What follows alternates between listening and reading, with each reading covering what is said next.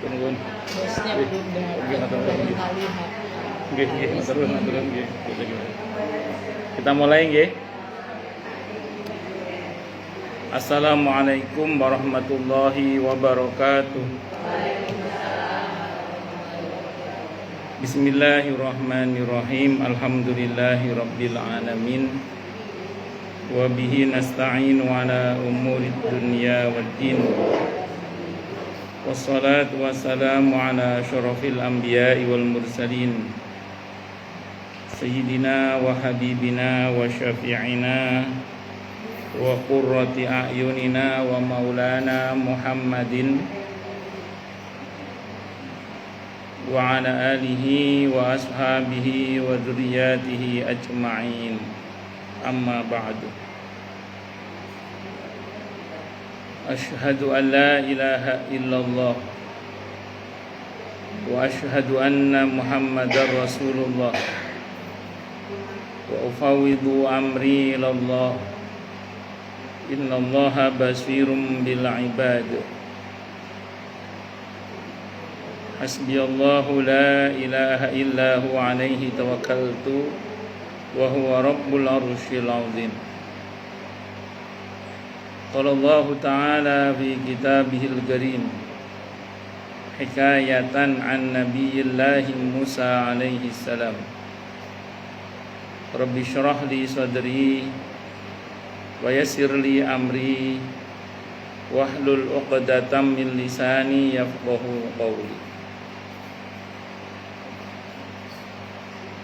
Para asatidzah, para ibu-ibu sekalian, hafizani wa hafizakunallah, bil khusus segenap pengurus Majelis Ta'lim Fatimah yang semoga pengurusnya dan jamaahnya semoga semuanya saja selalu dalam naungan rahmat, barokah, perlindungan serta bimbingan Allah Subhanahu wa taala. Amin Allahumma amin insyaallah.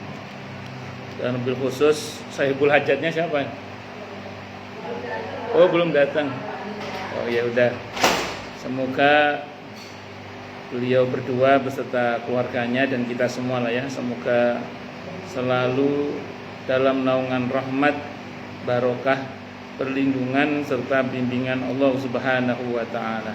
Amin Allahumma amin insyaallah. Oh itu datang. Apa itu? Enggak Mas G. Nanya sama beliau-beliau.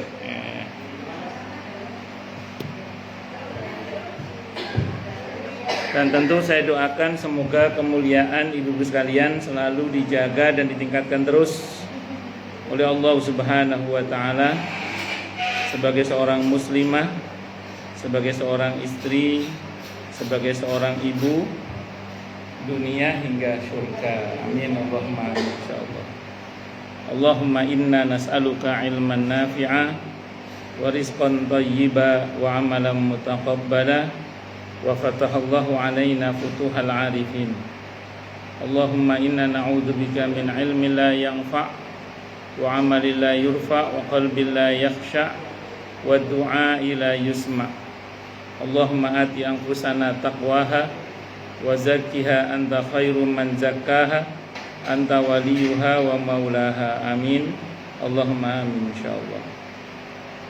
Pada kali ini insyaallah saya akan mencoba membahas tentang fikih kurban. Fikih kurban.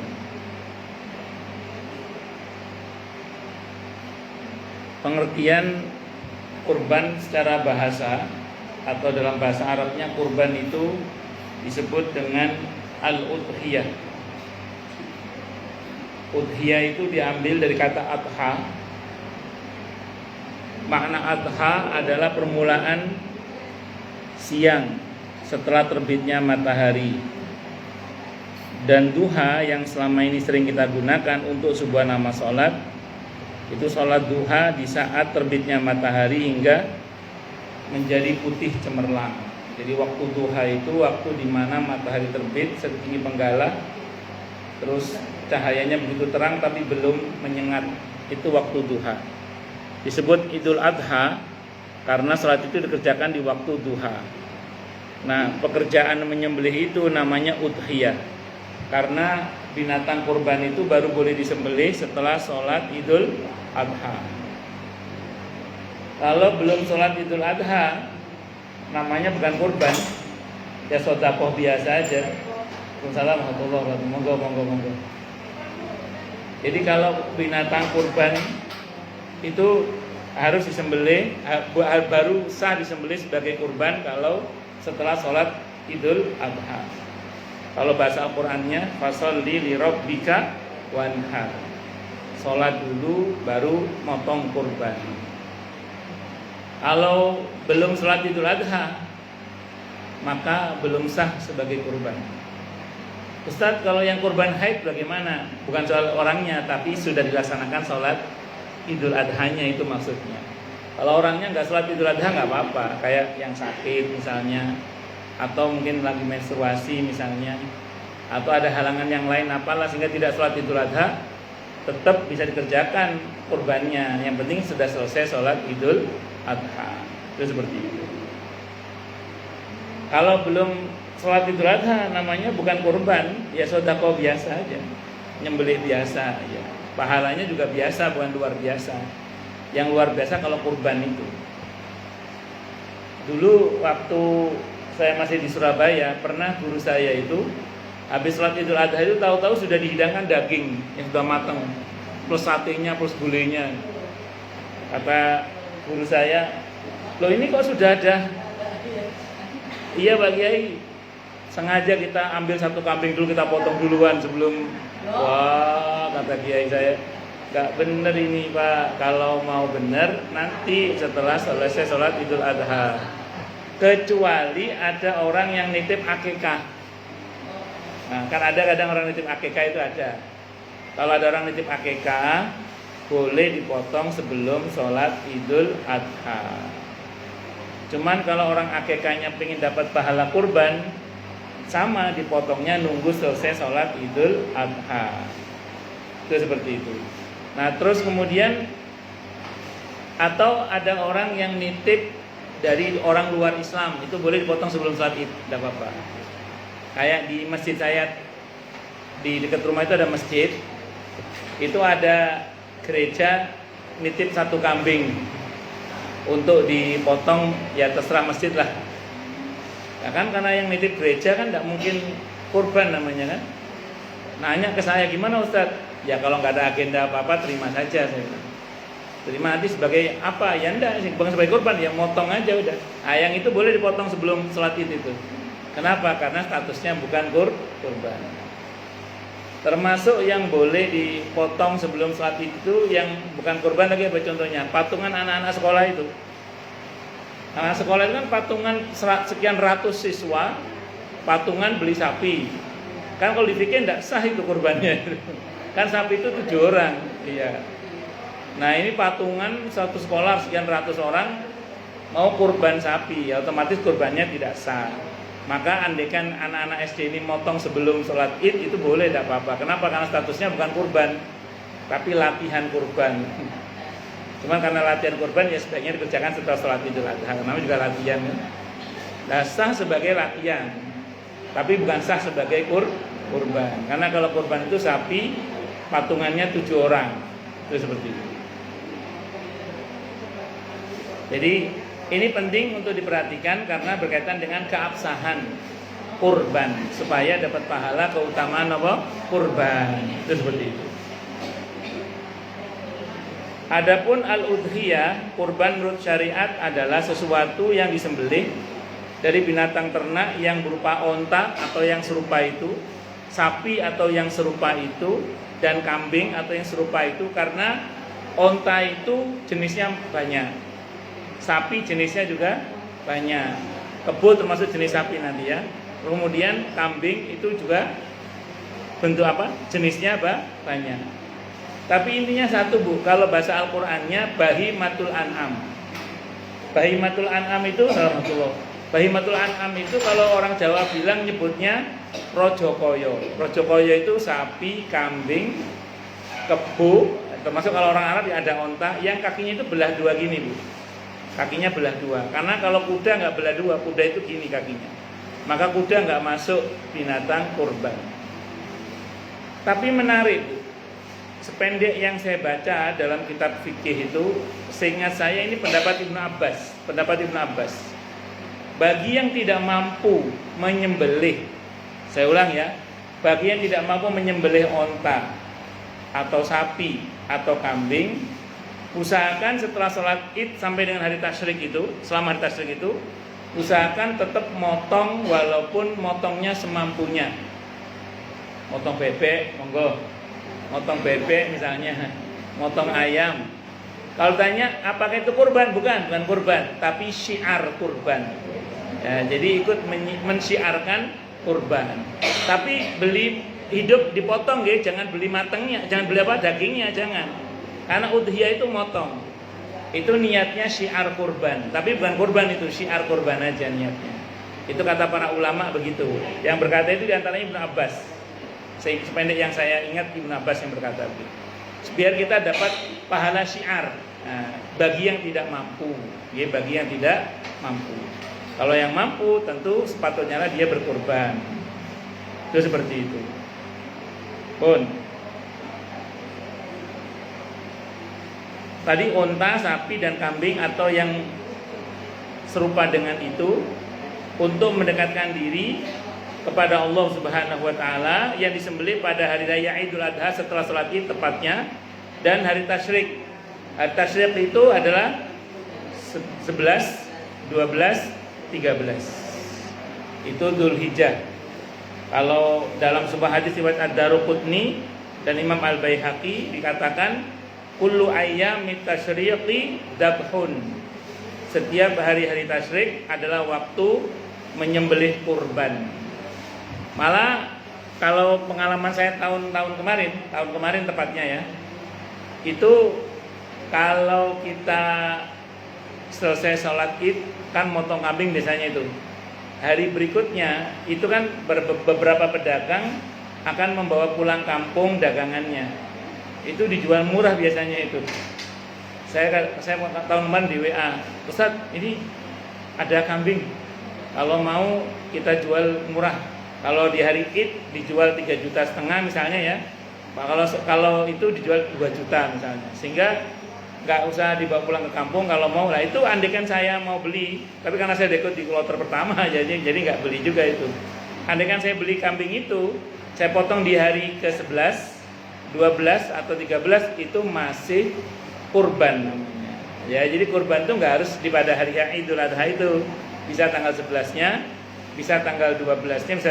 Karena kadang ada beberapa orang yang kurban secara pribadi terutama, itu kan kalau mau manggil jagal, kadang jagal itu pada hari itu penuh, jagal itu. Baru bisa hari kedua, 11, 12 atau 13. 13 terakhir asar. Jadi asar sampai menjelang maghrib nanti itu terakhir itu. Itu kalau masih motongnya masih nututi sebelum maghrib masih dinilai sebagai kurban, dan itu dapat pahala yang sangat luar biasa. Nonton itu aturannya. Terus hukum kurban sekarang. Kurban adalah amalan yang dianjurkan setiap tahun sekali, setahun sekali, seperti puasa Arafah, yaitu amalan yang dianjurkan setiap tahun sekali. Ini untuk menepis anggapan dari sebagian orang bahwa kurban itu sekali seumur hidup, sehingga seolah-olah kalau sudah kurban sekali dianggap sudah cukup, nggak perlu kurban lagi. Izin minum dulu, nggih.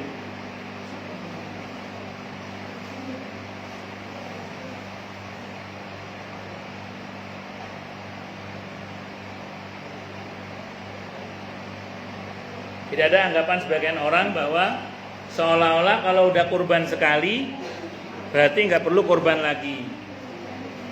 Padahal kurban itu setiap tahun. Tentu jika mampu ya. Setiap tahun jika mampu. Artinya setiap kali datang bulan haji, maka setiap dari kita diperintahkan untuk berkurban, bukan seperti pemahaman sebagian orang yang menganggap bahwa kurban dianjurkan sekali seumur hidup. Yang betul kurban itu setiap tahun. Kalau soal gantian nama tidak ada masalah. Tapi saya mau jelaskan dulu prinsipnya ya. Ini saya mau jelaskan dulu prinsipnya. Secara prinsip yang dikenai aturan syariat, yang dikenai perintah kurban, itu adalah yang punya duit.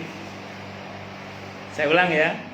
Secara prinsip dulu, yang kena aturan perintah kurban itu adalah yang punya duit.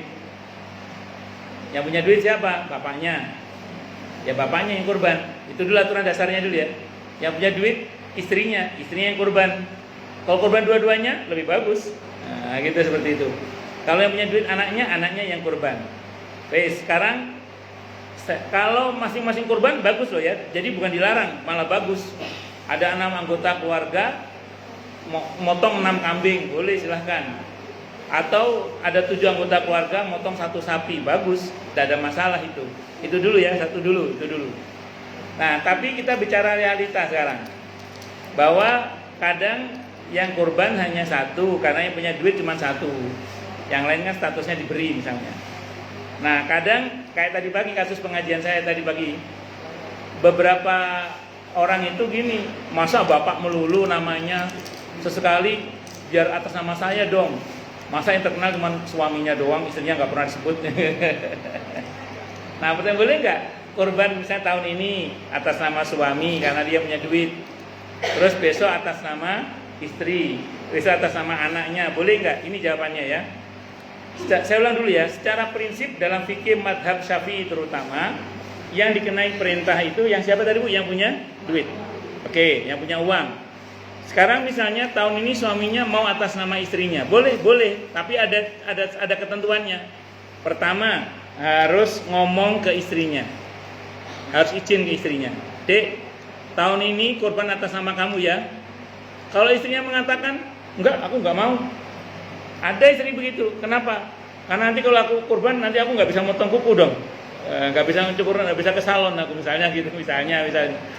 Ya. Misalnya ya nggak ada sih gitu, misalnya ya maka kan dari tanggal 1 Dzulhijjah kan tidak boleh motong kuku kalau yang niat kurban kan.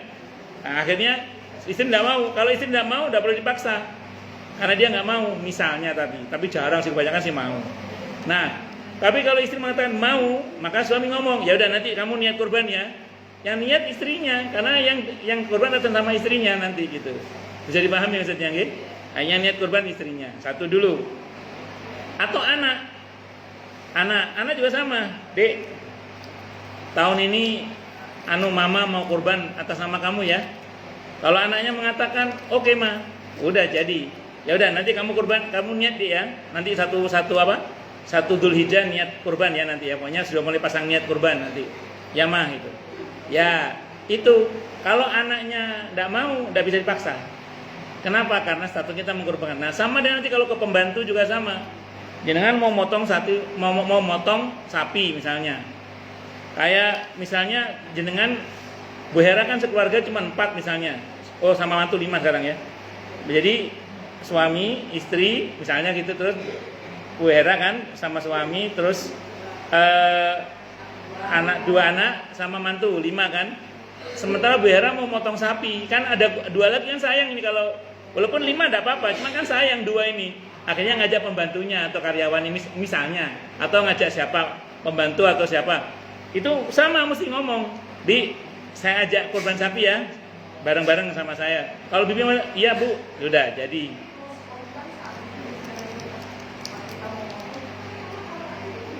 Kalau dia mau nggak apa-apa, ya nggak apa-apa. Kalau dia mau nggak apa-apa. Kalau dia nggak mau nggak usah dipaksa. Iya langsung niat kan cuma di hati aja. Iya oke, ya udah dia itu udah jadi udah itu.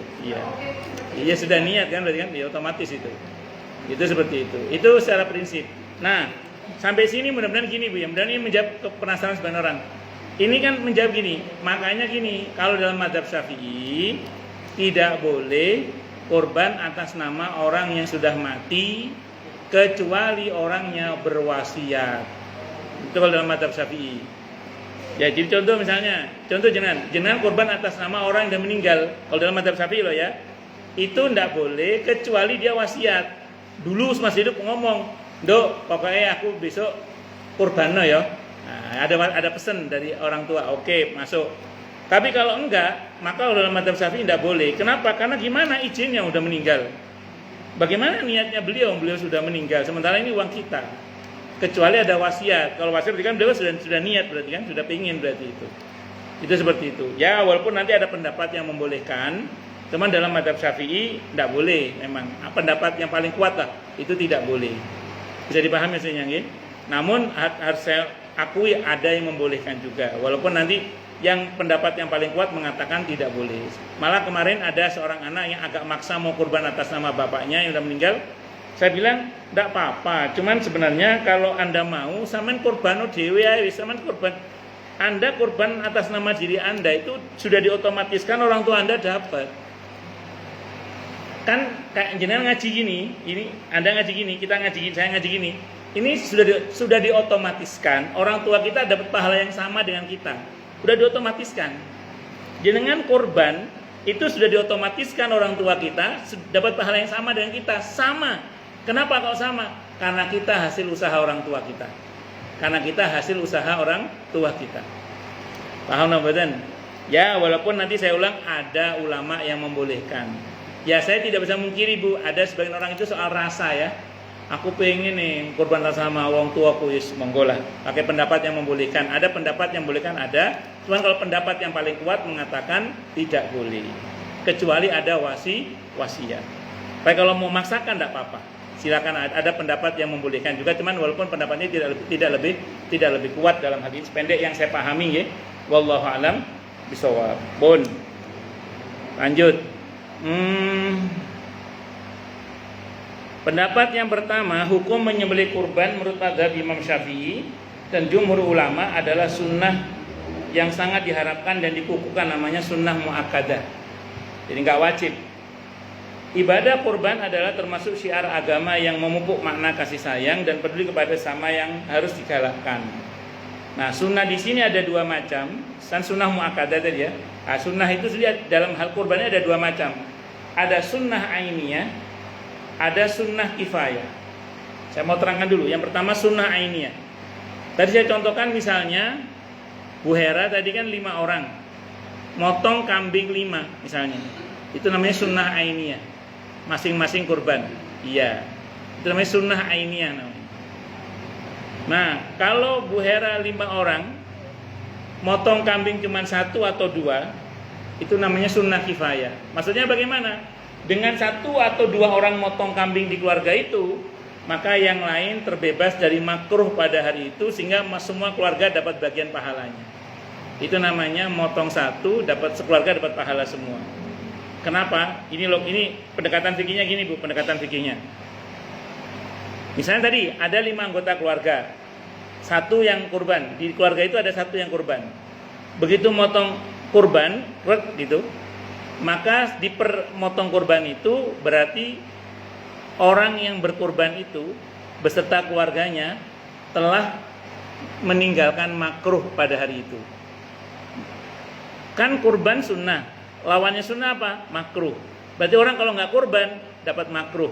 Makruh itu apa? Tidak berdosa kalau dilaksanakan, tapi berpahala kalau ditinggalkan. Nah, kalau dia meninggalkan makruh berarti dapat pahala. Dengan ada yang kurban 1 berarti semua keluarga meninggalkan makruh. Berarti semua keluarga dapat pahala kurban. Karena dapat pahala sunnah kurban. Kenapa? Karena tadi yang bersangkutan sudah ada 1 dari anggota keluarganya yang melaksanakan kurban. Bisa dimengerti ya? Jadi yang kurban 1 tapi sekeluarga dapat bagian pahalanya. Ya tentu yang kurban yang paling besar pahalanya karena dia yang kurban kan. Cuman yang lain kecipratan lah, itu seperti itu. Itu 1. Itu namanya sunnah kifayah namanya. Itu disebutkan dalam kitab At-Tuhfah, dalam kitab Tuhfah jilid 9 halaman 345 ya. Pendapat kedua, kurban menurut Imam Abu Hanifah adalah wajib bagi yang mampu. Nah, ini pendapat Imam Abu Hanifah, Imam Hanafi. Kurban itu wajib bagi yang mampu. Kalau nggak mampu namanya nggak mampu. Kalau mampu wajib. Kalau nggak mampu la yukallifullahu nafsan illa usaha. Allah tidak akan bebani di luar kemampuannya.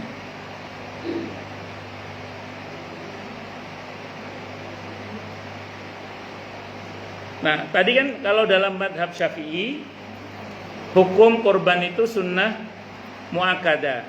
Nanti perinciannya bisa sunnah ainiyah, bisa sunnah kifayah tadi.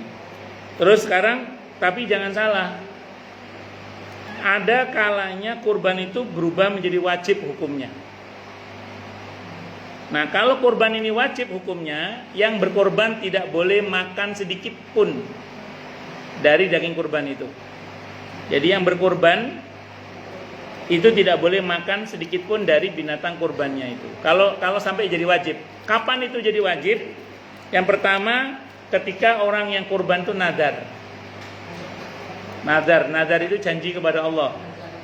Ya, misalnya gini, aku wajibkan atasku kurban tahun ini. Dia ngomong gitu, aku wajibkan atasku kurban tahun ini misalnya. Maka itu sudah nadar. Kalau nadar berarti dia tidak berhak menikmati sedikit pun bahkan dari daging kurban yang dia kurbankan itu. Terus, atau dia ngomong gini, aku bernadar tahun ini akan berkurban. Jadi misalnya gitu, aku bernadar tahun ini akan berkurban. Kalau dia ngomong gitu berarti kurbannya apa? Wajib. Kalau wajib, yang kurban tidak boleh makan daging kurbannya. Makanya hati-hati kalau ngomong gitu. Kalau gini, saya insya Allah tahun ini mau kurban, insya Allah sunnah kalau itu. Kenapa? Karena kan dia bukan mewajibkan, tapi punya niat. Kalau mau lebih berhati-hati, insya Allah tahun ini saya akan sunnah kurban. Kalau mau hati-hati gitu, sunnah kurban. Pengen banget kurban itu, insya Allah sunnah lah kalau begitu. Tapi kalau saya janji, nah itu sudah nadar itu. Atau begini, dengan menentukan tuh contohnya gini misalnya. Kambing ini pasti akan aku kurbankan. Nunjuk kambing tertentu. Misalnya dia punya 10 ekor kambing. Satu kambing ini bagus, kambing ini pasti akan saya buat kurban tahun ini. Itu harus kurban dengan kambing itu, karena dia nunjuk kambing itu. Tidak boleh kambing yang lain, karena dia terlanjur nunjuk kambing itu. Kecuali dia mati kambingnya. Ya kalau kambing. Kenapa?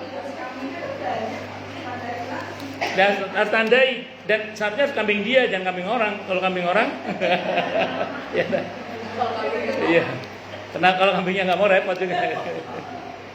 Itu makanya tidak usah aneh-aneh lah ya, nggak usah aneh-aneh. Ya, jadi itu bisa menjadi wajib karena nadar atau karena menentukan. Wah ini kambing ini pasti akan saya buat kurban tahun ini misalnya. Makanya tidak usah ngomong aneh-aneh. Cukup kita, ya insya Allah saya mau kurban, insya Allah kurban sunnah, insya Allah gitu. Kalau mau lebih hati-hati kurban sunnah. Itu seperti dia nggak wajib supaya kita bisa mengambil bagian dari itu, dari daging kurban tersebut misalnya. Dalam hal ini sangat berbeda dengan ungkapan seorang yang aku mau berkorban dengan kambing ini. Jadi nggak mewajibkan, jadi nggak ada masalah. Kalau itu nggak janji misalnya gini, insya Allah tahun ini saya mau kurban pakai kambing ini deh. Itu bukan janji kalau itu. Kalau beda dan pokoknya kambing ini akan saya kurban tahun ini pasti. Wah, ngomong kayak gitu itu berarti sudah wajib itu. Tapi kalau insya Allah lah tahun ini saya mau korban dengan kambing ini, insya Allah gitu. Tidak apa-apa kalau itu. Makanya jangan mengarah ke arah yang wajib gitu aja, bukan. Maka dengan ungkapan ini tidak akan menjadi wajib karena dia belum memastikan dan menentukan, dan sangat berbeda dengan kalimat yang sebelumnya yaitu aku jadikan kambing ini kurban. Seolah-olah pasti. Ya, kalau sudah ngomong gitu itu yang wajib itu. Jika kurban telah menjadi wajib karena dinadarkan, maka orang yang berkurban tidak boleh mengambil dari daging kurban biarpun sedikit. Tidak boleh. Dan semua daging kurban harus dibagikan di antara orang-orang yang menerima daging kurban, dan harus ada fakir miskinnya. Siapa yang berhak menerima daging kurban? Karena yang berkurban tidak berhak, coret otomatis, berarti tinggal dua, sebagai hadiah dan sebagai untuk fuqara masakin. Sebagai hadiah itu ke tetangga, boleh. Termasuk non muslim boleh, tidak apa-apa. Abdullah bin Umar ketika motong daging kurban, beliau berpesan pada pembantunya, jangan lupa tetangga kita yang Yahudi itu, kata beliau gitu. Jadi boleh, tidak apa-apa. Tapi harus ada fakir miskinnya, dan fakir miskinnya usahakan jangan kurang dari 1/3 total daging yang dipotong itu.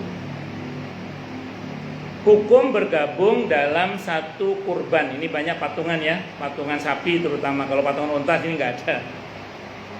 Patungan sapi biasanya. bergabung dalam satu kurban tidak diperkenankan di dalam kurban kambing. Kalau kambing nggak bisa. Ya, akan tapi jika yang dijadikan kurban adalah sapi atau onta, maka boleh bergabung 7 orang. Artinya boleh 7 orang mengumpulkan uang, kemudian membeli satu onta atau sapi, dan dari sapi tersebut diniatkan kurban untuk 7 orang tersebut. Ini adalah pendapat yang ada dalam mazhab Imam Syafi'i, Hambali, dan Hanafi. Ini sesuai dengan hadis yang diriwayatkan oleh Imam Muslim an Jabir bin Abdullah, dari Jabir bin Abdullah radhiyallahu an, qala, beliau berkata, naharna, kami memotong kurban ma'a Rasulillah, bersama Rasulullah Muhammad sallallahu alaihi wasallam, amal Hudaybiyah, pada tahun Hudaybiyah. Al-badanata, kami motong kurban seekor onta, an sab'atin, atas untuk 7 orang. Wal baqarata, dan memotong kurban sapi an sab'atin untuk 7 orang juga.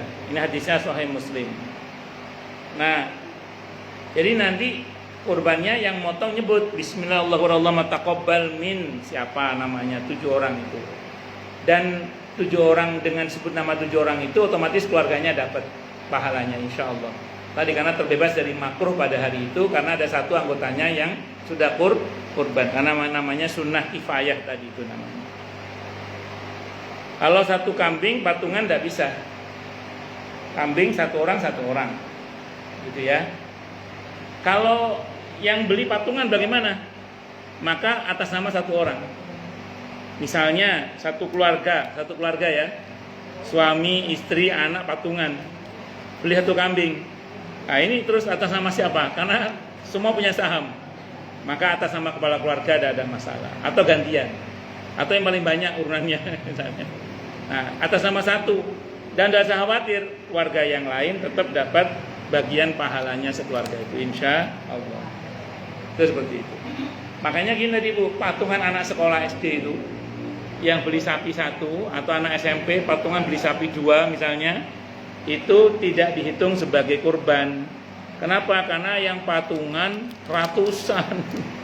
Sementara kurban itu hanya untuk 7 orang kalau sapi, kalau kambing 1 orang. Atau bagaimana itu statusnya? Ya bukan kurban, terus latihan kurban. Nah, makanya andaikan dipotong sebelum Idul Adha, tidak apa-apa itu. Andaikan. Tapi karena latihan sebaiknya sesuai dengan SOP lah. Datang ya.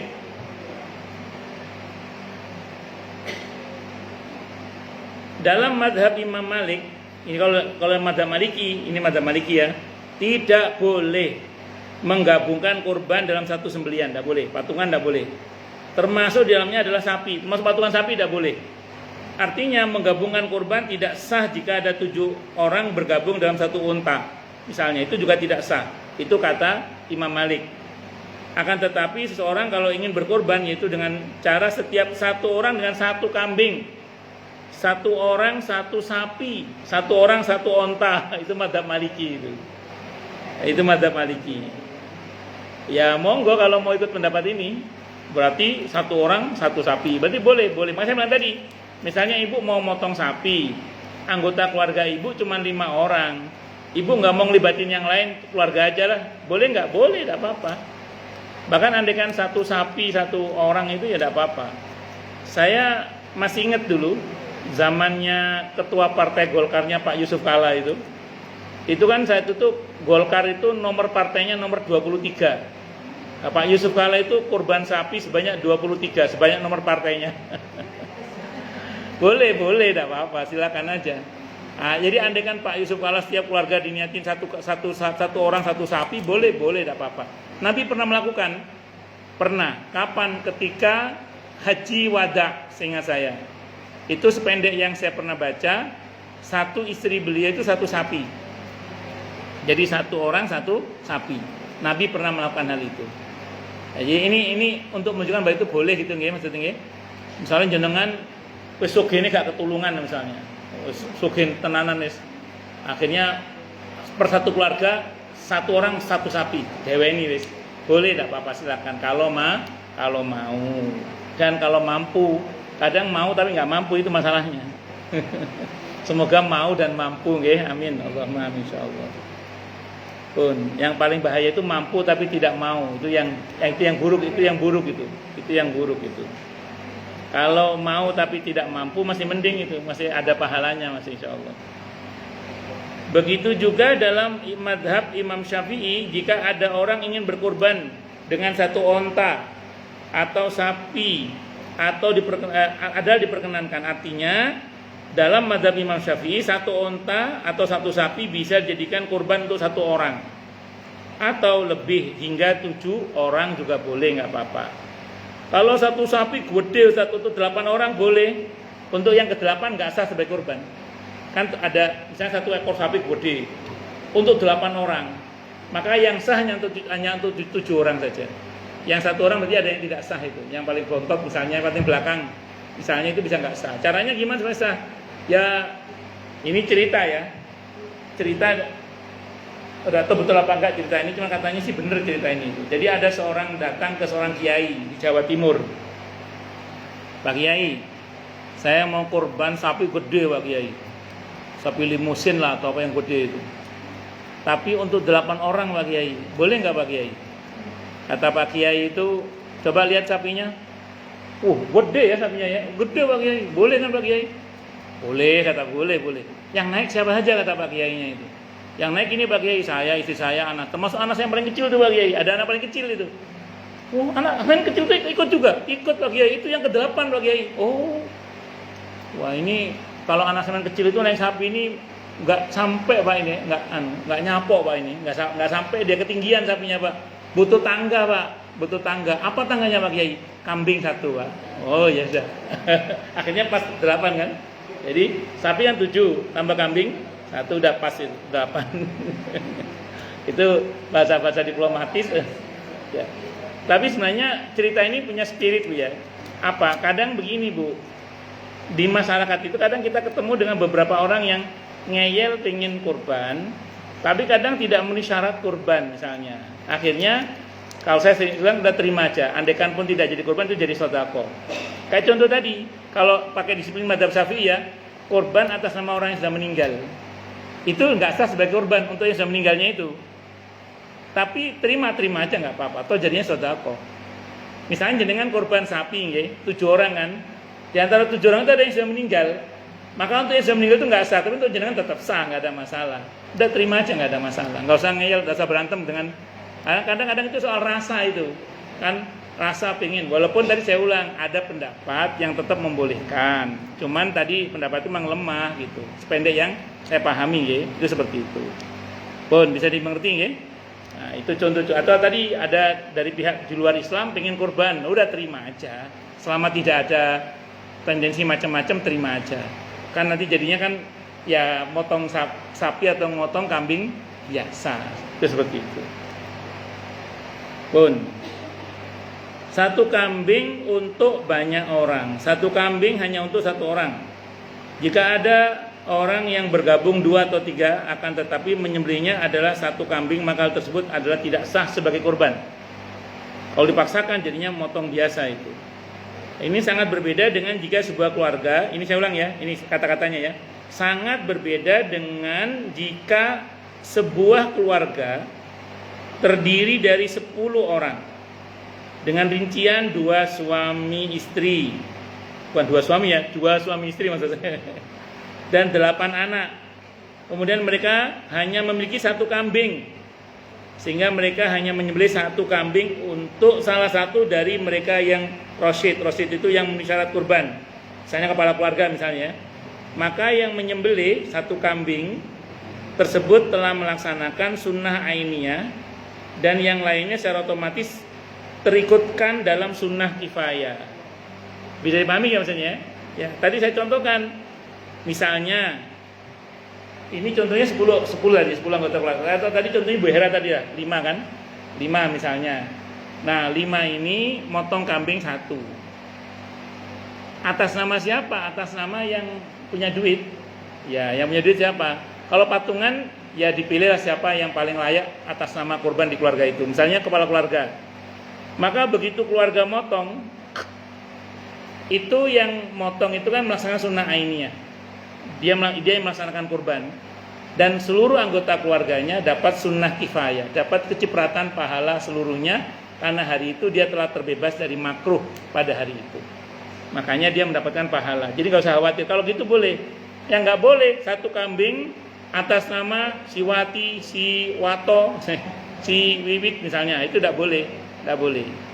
Makanya gini, kalau dalam madhab Syafi'i, pendek yang saya pahami, misalnya gini, ya Allah terimalah kurban ini untuk keluarga si ini, itu tidak boleh.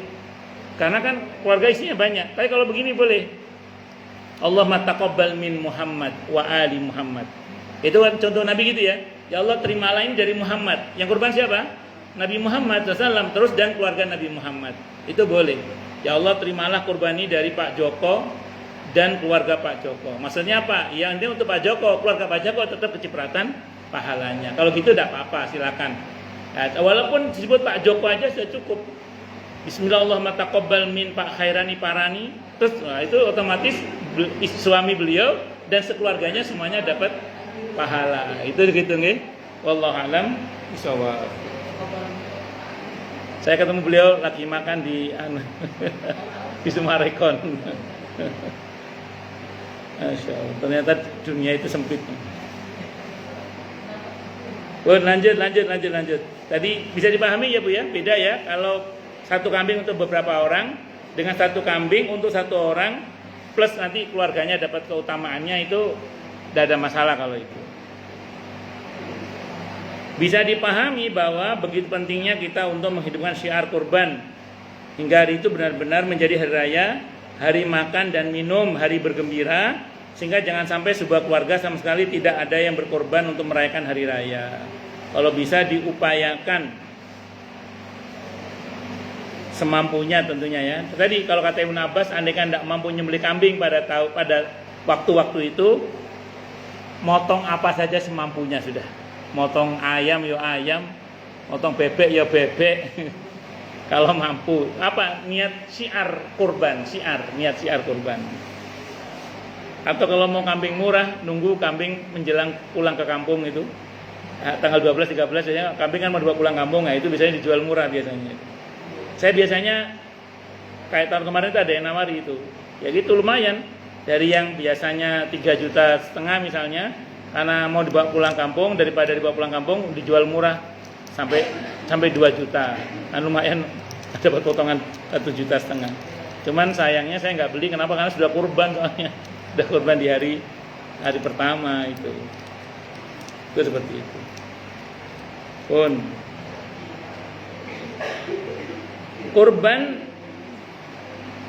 Kurban disunnahkan bagi setiap anggota keluarga yang mampu dengan satu kambing untuk satu orang atau satu onta untuk 7 orang. Artinya setiap orang per orang disunnahkan dengan sunnah ainiyah untuk menyembelih kurban. Akan tapi jika ada salah satu anggota keluarga yang sudah menyembelih satu kambing misalnya, maka gugurlah tuntutan sunnah kurban untuk yang lainnya. Biarpun juga mereka semua ingin berkurban, tetapi mendapatkan pahala kesunahan. Jadi dengan satu anggota keluarga yang kurban, otomatis yang anggota keluarga yang lain itu gugur kesunahannya, dalam arti tidak lagi ditekankan gitu maksudnya. Yang berarti pula seluruh anggota keluarga sudah terlepas dari kemakruhan pada hari itu, karena lawannya sunnah adalah makruh. Nah, orang kalau meninggalkan makruh dapat pahala, makanya seluruh anggota keluarga dapat pahala. Seperti halnya fardu kifayah, jika ada orang muslim meninggal dunia di kampung kita, maka wajib atas kita semua untuk mensolatinya. Akan tapi jika sudah ada segelintir orang yang menyolatinya, maka gugurlah tuntutan kewajiban pada yang lainnya. Biarpun bagi yang lain jika ingin melakukan sholat jenazah tetap mendapatkan pahala, biarpun sudah ada yang melakukannya.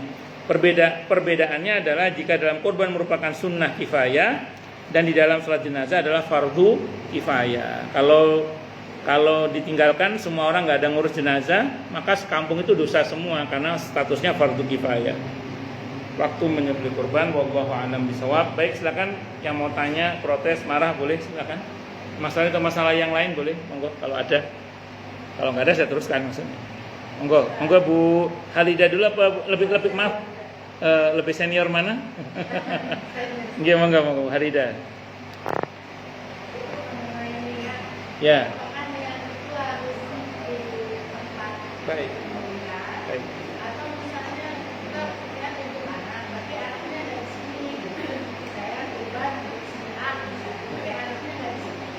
Tapi anaknya udah diberitahu. Ya, dan dia sudah niat di sana dalam hati ya. Ya.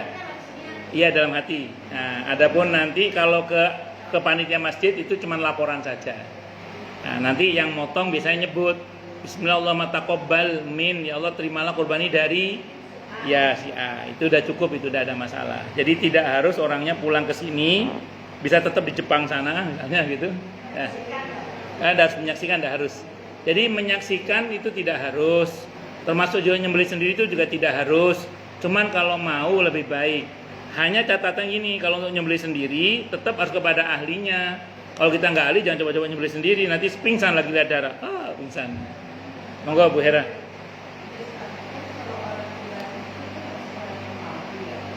Terus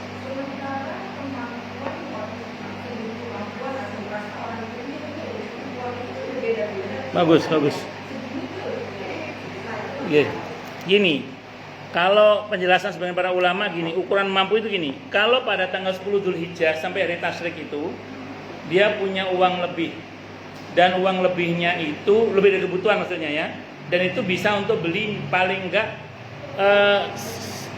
binatang paling minimal yang bisa dia beli dari binatang kurban itu, maka dia sudah kena ketentuan sunnah muakkadah. Contoh gini,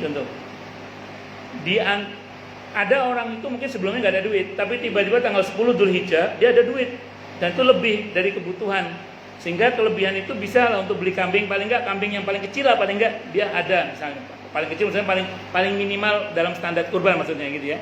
Kan ada kelas A, kelas B, kelas C, ada kelas super, ada apa. Nah itu dia paling nggak untuk yang kelas C itu dia ada untuk beli itu, maka dia kena sunnah muakkadah. Dan situ butuh kejujuran.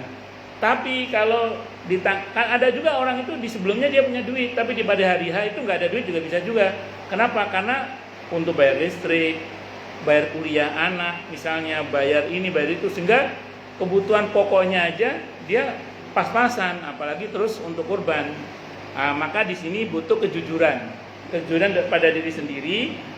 Apakah dia punya kemampuan untuk berkorban walaupun dengan binatang yang paling minimal yang dia bisa mampu atau tidak. Kalau sekarang kita kan tinggal ngukur aja di masjid itu kan ada harga-harga kan. Kambing mulai dari harga segini, sapi patungan dari yang segini sampai. Nah itu ada, tinggal kita ngukur aja. Saya ada kemampuan sini nggak di pada tanggal 10 sampai 13 itu. Kalau tanggal 10 sampai 13 itu ternyata udah kita mampu atau kita mau kurban, sudah ditutup itu patungan karena sapi sudah selesai semua, ya sudah, berarti kita tidak bisa, bukan karena kita tidak mau, tapi karena tidak ada yang bisa melayani kita. Atau kalau kita sanggup, diserahkan kepada siapa yang mau mengeksekusi, ya bagus, silakan aja. Jadi kembali pada kejujuran diri sendiri. Iya betul, bisa sewaktu-waktu bisa.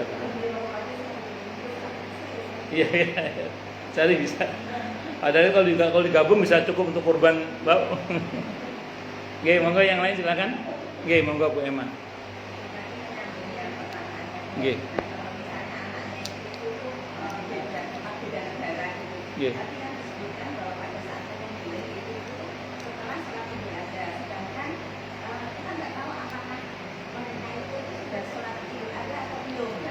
Jadi ukuran kita bukan yang kurban, tapi di tempat di mana kurban dieksekusi. Maka tadi saya bilang tadi di awal tadi saya sampaikan kan, misalnya ada orang sedang haid, yang niat kurban itu sedang haid, otomatis kan dia nggak sholat id dia, tapi di tempat itu sudah ada sholat id, maka bisa dipotong kurbannya walaupun yang kurban belum sholat id. Sholat id karena haid dia, atau yang kurban sakit, dia tidak sholat id, tapi sudah selesai sholat id di tempat itu, maka sudah bisa dikerjakan kurban. Ya, sudah bisa. Karena acuannya di tempat di mana binatang dieksekusi. Acuan binatang dieksekusi. Oke.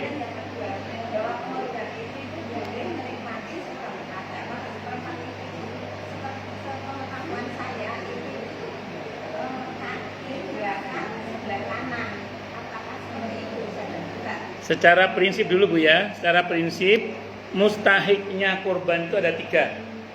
Yang kurban itu sendiri sebagai hadiah untuk tetangga-tetangga misalnya, termasuk orang mampu tidak apa-apa. Yang kedua, yang ketiga fakir miskin. Nah, aturan mainnya paling tidak gini Bu, ini aturan mainnya. Untuk fuqara masakin ini usahakan jangan kurang dari 1/3 total daging kurban itu. Misalnya ibu daging kurbannya 90 kilo misalnya gitu ya, atau 100 kilo lah misalnya, maka usahakan untuk fuqara masakin jangan kurang dari 35 kilo untuk fuqara masakin. Selebihnya terserah ibu, tidak ada masalah. Ibu mau simpan sampai tahun depan juga nggak apa-apa itu, tapi tidak boleh dijual ya. Kalau yang kurban tidak boleh dijual, hanya boleh dihadiahkan atau dimakan sendiri. Kalau dihadiahkan contohnya dimasak makan bareng-bareng tidak ada masalah, tapi nggak boleh dijual. Kalau yang fakir miskin boleh dijual. Kalau fakir miskin boleh jual ya, khusus fakir miskin boleh jual. Kenapa? Karena dia hak milik. Nah, sementara kalau yang berkorban itu hanya punya hak menikmati atau menghadiahkan dari itu. Bisa dipahami ya? Ya, kata Allah alam sawab. Ada lagi yang lain silakan. Karena tadi pagi saya dapat pertanyaan, ada tetangga beliau atau saudara beliau itu daging kurbannya sampai setahun kemudian masih ada. Ya mau komentar pelit ya nggak mungkin gitu. Tapi saya bilang secara hukum nggak apa-apa, secara hukum ya. Tapi yo kalau saran saya kalau sudah menjelang begitu mending kasih ke orang lah, atau segera dimasak. Iya, bagi-bagi tidak apa-apa. Yang penting jangan dijual ya, jangan dijual. Yang boleh menjual itu hanya fakir miskin aja, itu boleh menjual. Karena saya pernah Bu di masjid DKM itu teriak-teriak ke orang-orang fuqara masakin, ini nanti yang dapat kurban tidak boleh dijual ya, kalau dijual nanti saya tidak kasih kurban lagi. Itu salah itu. Kalau fuqara masakin boleh dijual, tapi kalau kita yang berkorban itu tidak boleh. Ya, monggo Bu Halidah.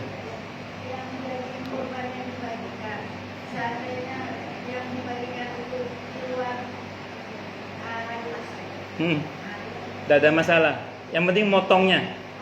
Yang penting motongnya harus. Contoh gini Bu Halidah ya. Misalnya Bu Halidah motong tanggal 13. Itu kan terakhir tuh. Motong di tanggal 13, maghrib kurang 10 menit. Dipotong, kek. Udah sah sebagai kurban. Asal belum maghrib aja. Asal belum maghrib. Tapi kalau sudah maghrib, sudah pindah bukan tasyrik lagi, berarti sudah nggak sah sebagai kurban. Pembagiannya nggak harus pada hari tasyrik. Bisa kapan? Bahkan sepanjang tahun itu boleh, silahkan, tidak ada masalah. Wallahu a'lam. Contoh ini Bu Halidah, kan ada beberapa kurban itu di packing dalam bentuk kaleng. Nah itu kan pendistribusinya berarti nggak langsung kan? Bisa dalam 1 tahun itu, bahkan bisa tahun depannya lagi, silahkan, tidak ada masalah. Wallahu a'lam bishawab. Ngaten nggih? Ada lagi monggo yang lain? Jelas semua atau tidak jelas semua? Oke, monggo Bu, monggo Bu.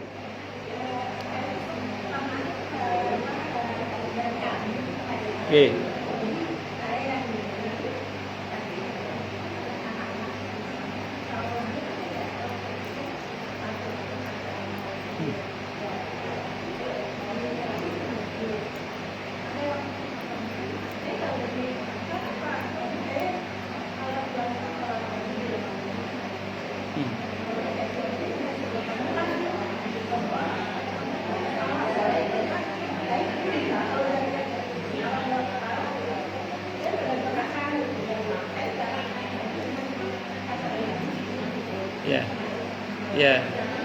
Ya, baik. Jadi kita ini berhak mendapat bagian dari binatang kurban kita. Namun kalau kita tidak berkenan menerima, tidak apa-apa. Nah, kalau mau baiknya terima saja dulu, baru kasih ke orang lain. Ya, saya kadang ada jamaah itu, Ustadz mau kaki kambing nggak? Ustadz mau? Ya mau Bu, saya bilang gitu kan. Ada mau aja, silakan aja. Kalau ibu nggak mau terima juga nggak apa-apa. Itu hak, bukan kewajiban. Jadi ibu boleh menerima, boleh enggak juga nggak apa-apa. Itu Bu ya. Allah a'lam bishawab. Oke, monggo Bu Hera.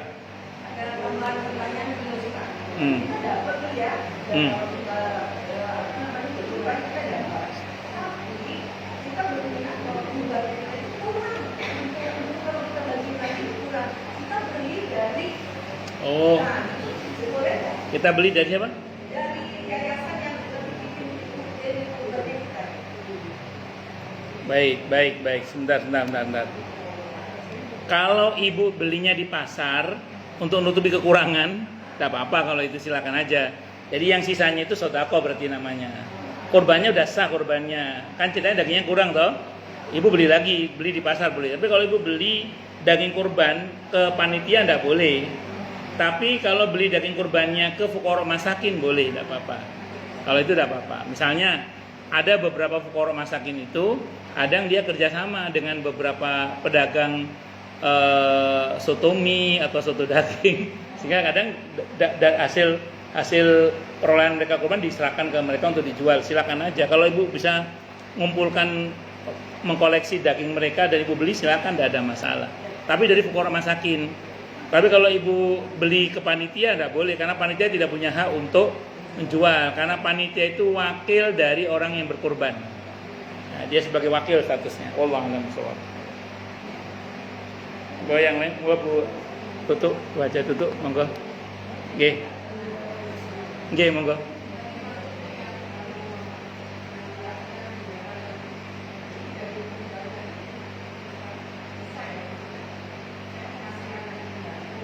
Ya.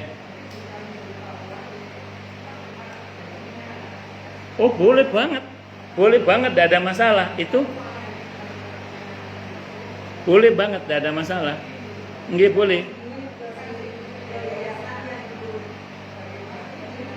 Iya kan, ibu ngomong ke panitianya kan. Misalnya ibu nitip kambingnya ke masjid atau sapi ke masjid. Terus ibu ngomong, Pak, nanti saya minta bagian untuk pembantu saya sekian. Itu maksudnya kan? Oh, kurang.